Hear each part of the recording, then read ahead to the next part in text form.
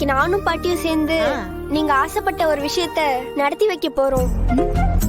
அதுக்கும் நீங்க தாமா ஹெல்ப் பண்ணணுமா? நான் ஆசைப்பட்ட விஷயத்துக்கு நான் ஹெல்ப் பண்ணணுமா? அதத்தானே அவளும் சொன்னா. ரெண்டு பேரும் சேர்ந்து பேசி வச்சுட்டு வந்திருக்கீங்களா? சரி, என்ன பண்ணணும்னு சொல்லுங்க, கேப்போம். அப்பா, உங்க தாலியில பொட்டு வைக்கணும்னு நீங்க ஆசைப்பட்டீங்கல்ல, அதுக்கு நான் ஒரு சூப்பர் பிளான் வச்சிருக்கேன். என்ன பிளான்?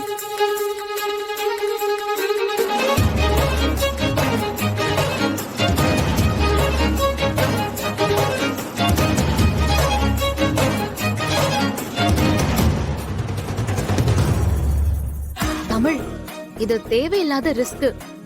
வேண்டாம் தமிழ், நீ சொல்ற மாதிரி ஏதாவது பண்ண போய் அதுல ஏதாவது பிரச்சனை வந்துட போகுது. அப்படிலாம் எதுவும் வராதுமா.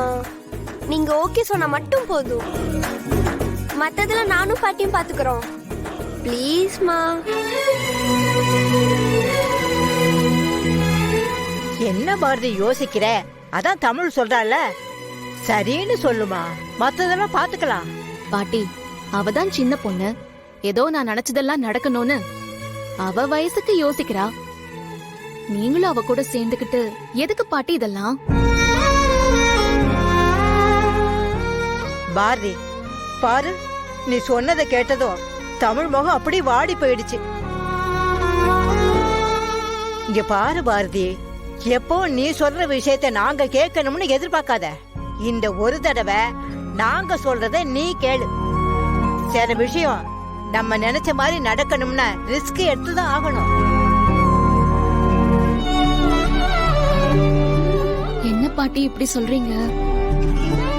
எனக்கு ஏதாவது தப்பா நடந்துருமோன்னு பயமா இருக்கு. அதனால்தான் வேண்டான்னு சொல்றேன். நீங்களே இப்படி புரிஞ்சுக்காம பேசினா எப்படி? மா ப்ளீஸ்மா. நீங்க எதுக்குமா தேவையில்லாம இப்படி பயப்படுறீங்கன்னு எனக்கு தெரியலமா.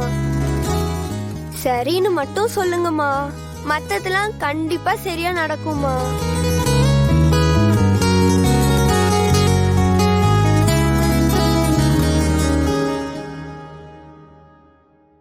சரி.